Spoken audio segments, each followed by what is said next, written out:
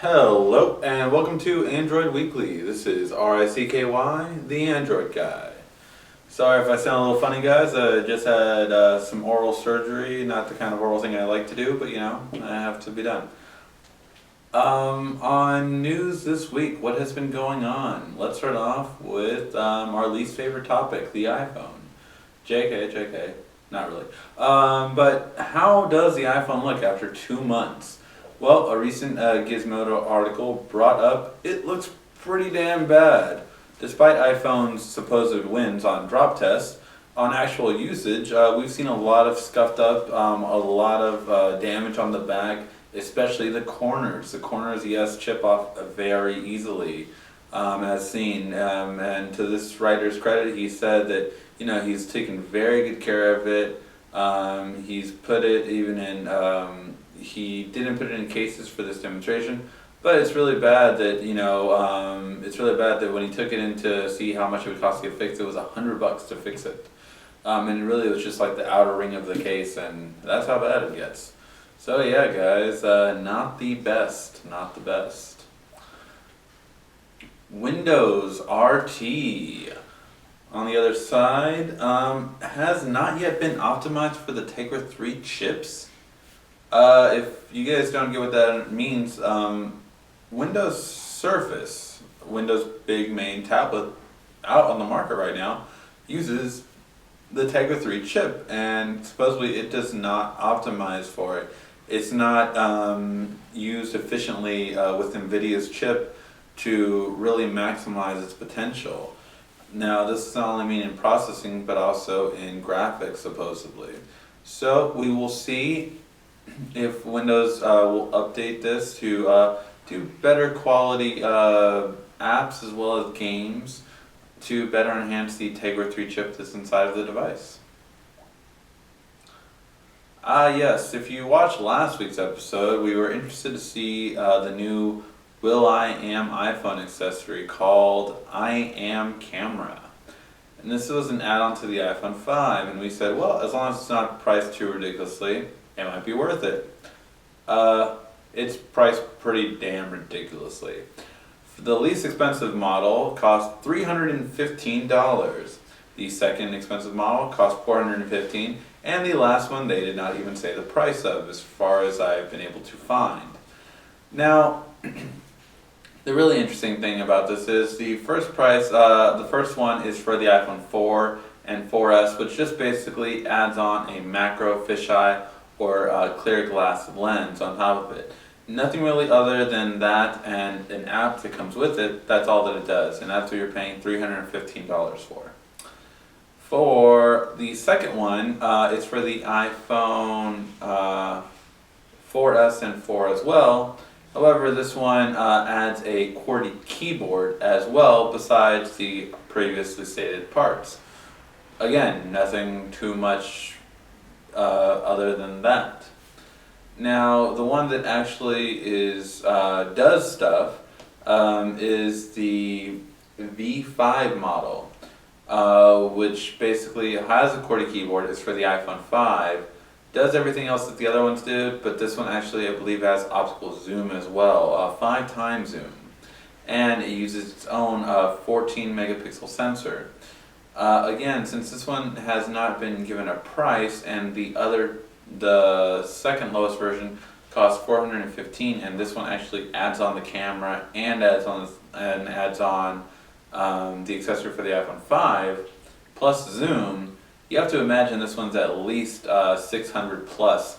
So you're pretty much paying for the same price of the iPhone itself to get this add-on. Is it worth it? Well, how they're saying it's supposed to be a fashion statement as well, so all these people that buy their Louis Vuitton stuff as well as other things would be the ones interested in it. Is that true? I don't know. I'm definitely not interested in it. I would much rather get a Galaxy camera for a less price that has 21 times zoom and 16 megapixel camera than this little 14 megapixel one and 5 times zoom. But that's just me. Apple continues to lose market share when it comes to the tablets to Androids. It keeps falling. The iPad is down to, it looks like 55% now, losing 14% of its share to Android, namely Samsung, but basically it just keeps changing and changing.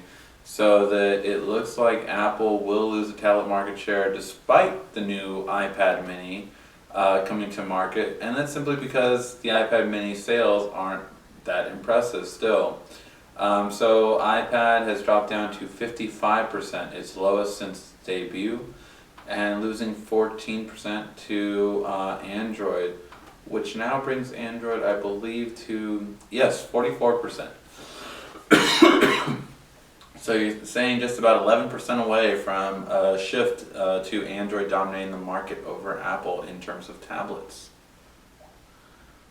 And back to Microsoft, their new Surface Tablet Pro has finally been priced. Now we have an $899 model going for the 64 gig and a $999 price model for the 128 gigabyte. Keep in mind these are only the tablets themselves. They do not come with the case, which the cases for the touch keyboard will be $119, as well as the type keyboard will be $120. As well as these do have an i5 processor, so this is full Windows 8 running on there. You also have a 1080p screen as opposed to the one that's on the regular Surface.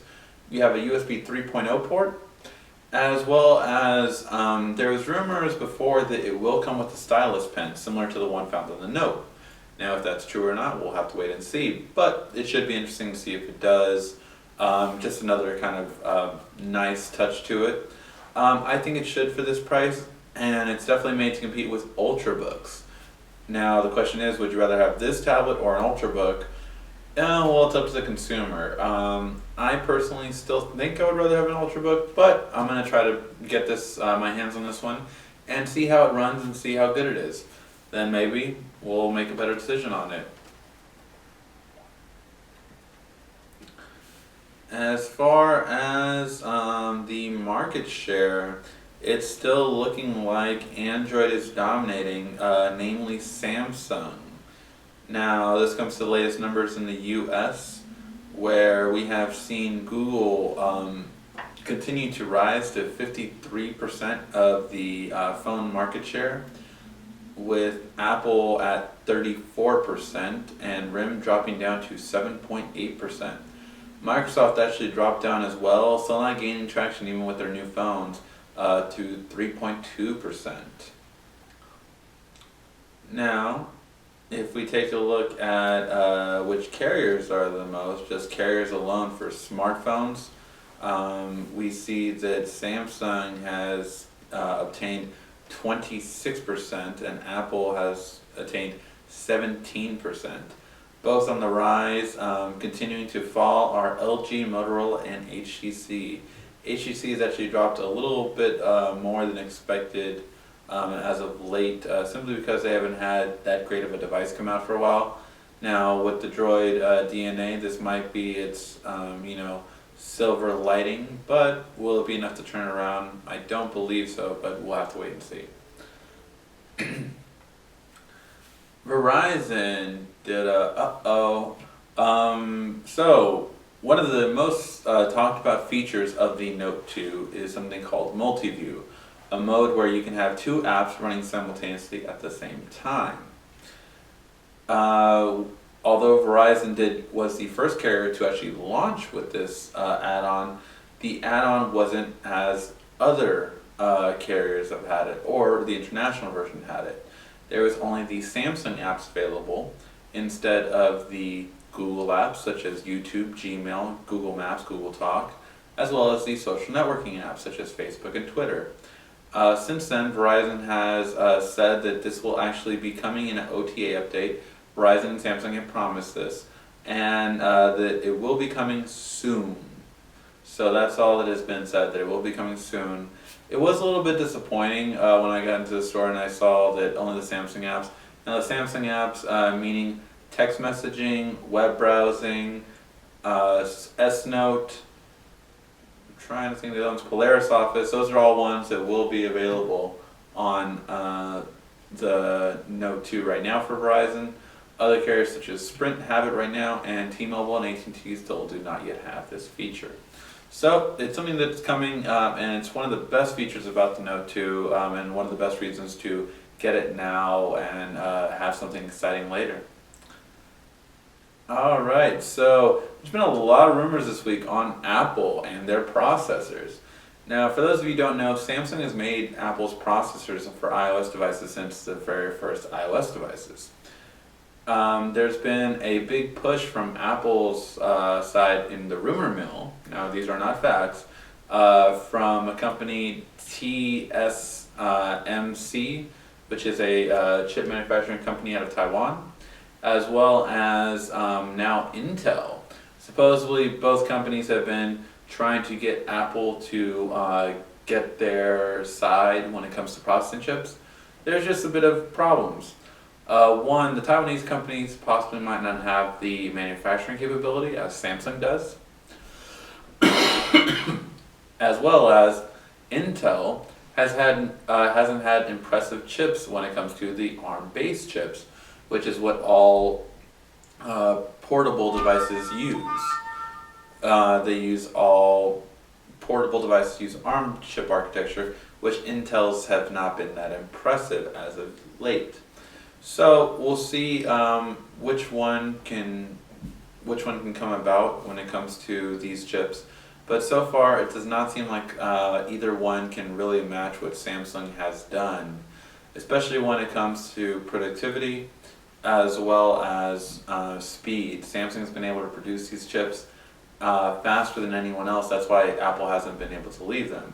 Will they finally found someone better? Who knows? But in the meantime, Samsung is reaping all the benefits, reportedly receiving more than $10 billion from Apple just this year alone.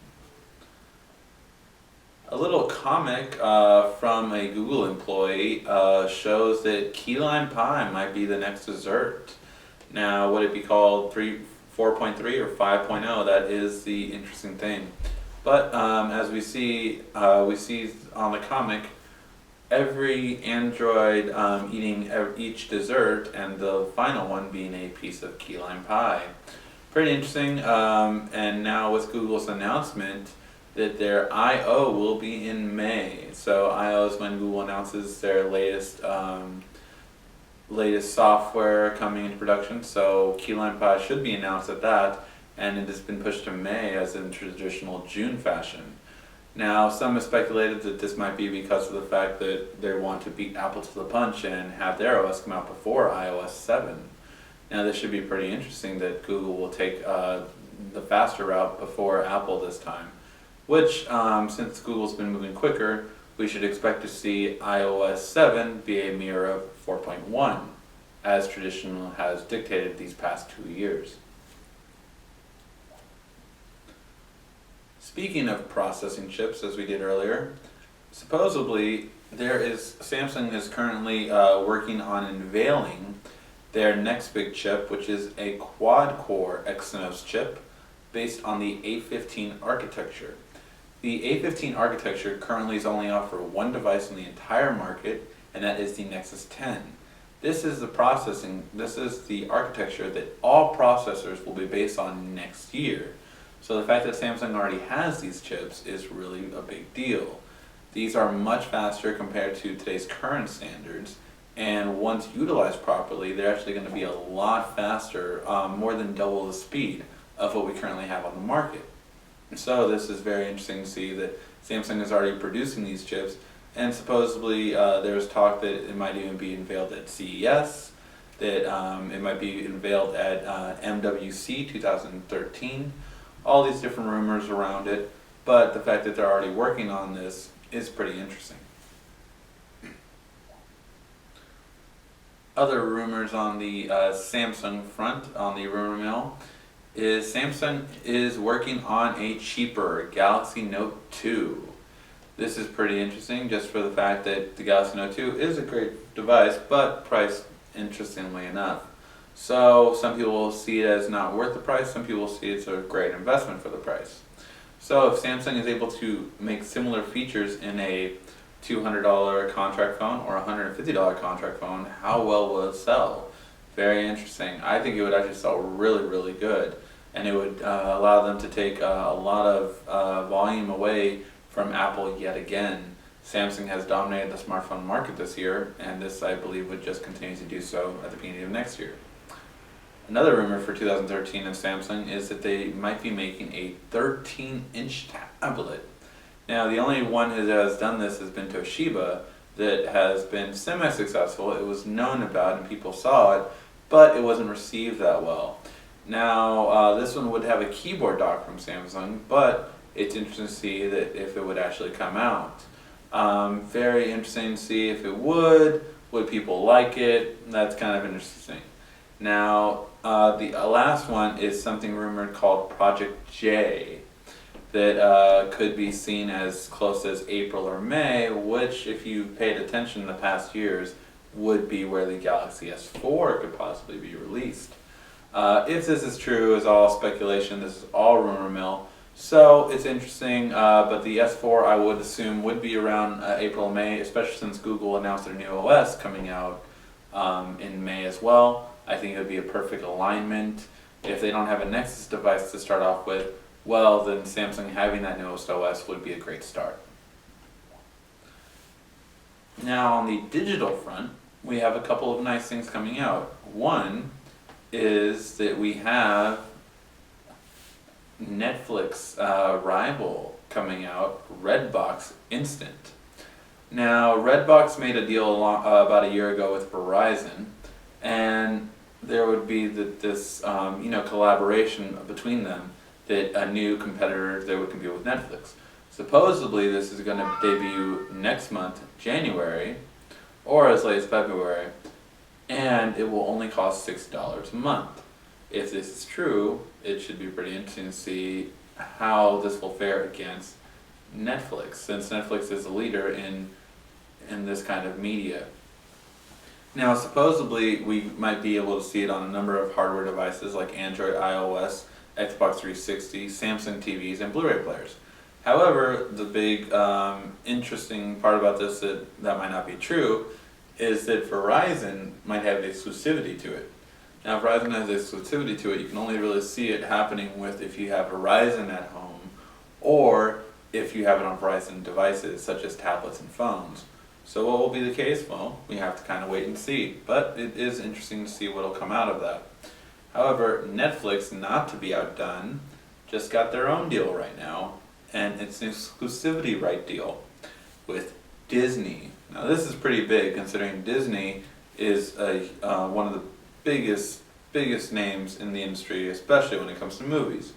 So the deal that they just got is in 2013, we will start to see Disney content such as Disney TV and Disney's direct-to-video movies coming out.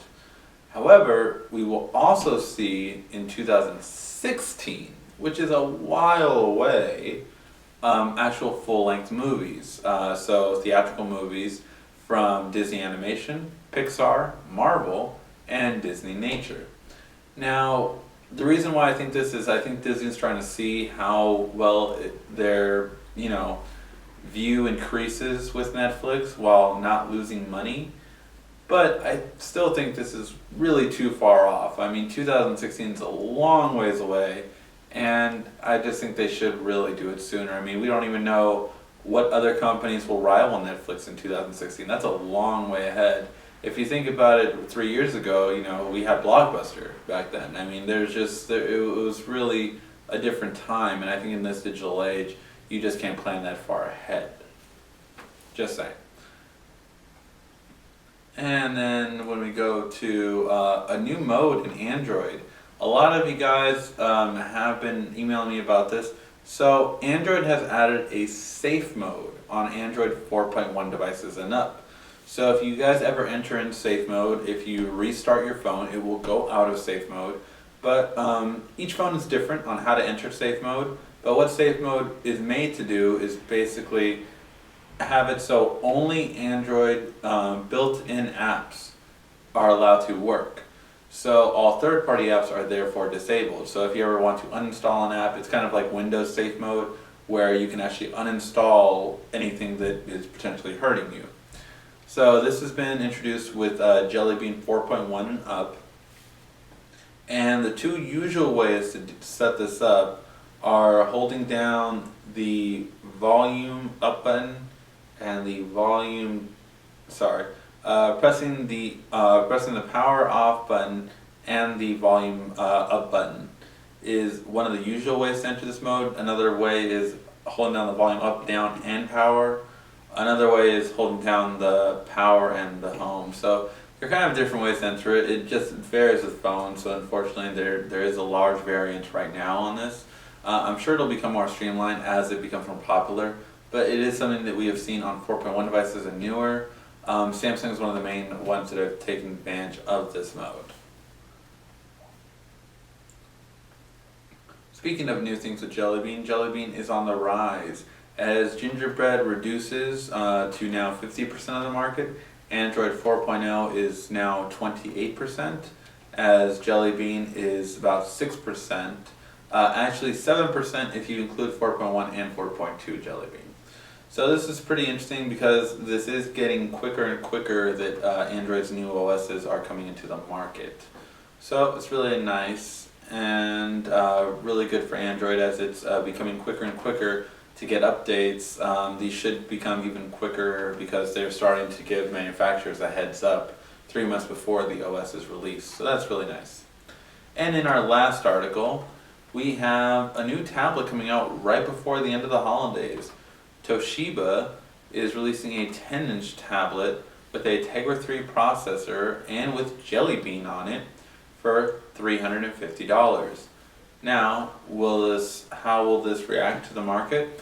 Well, we'll see. We have a lot of devices around this similar price point, such as the Asus 300 transformer, as well as the Samsung Galaxy Tab 2. Toshiba is pretty good when it comes to tablets. They just have been hit or miss as of late. My biggest thing with Toshiba is their screen quality. I think if they up their screen quality, then it would be a really good device overall. So, let me know what your favorite article is and what devices or software you're most interested in seeing. Alright guys, this has been Android Weekly. Thanks you for watching.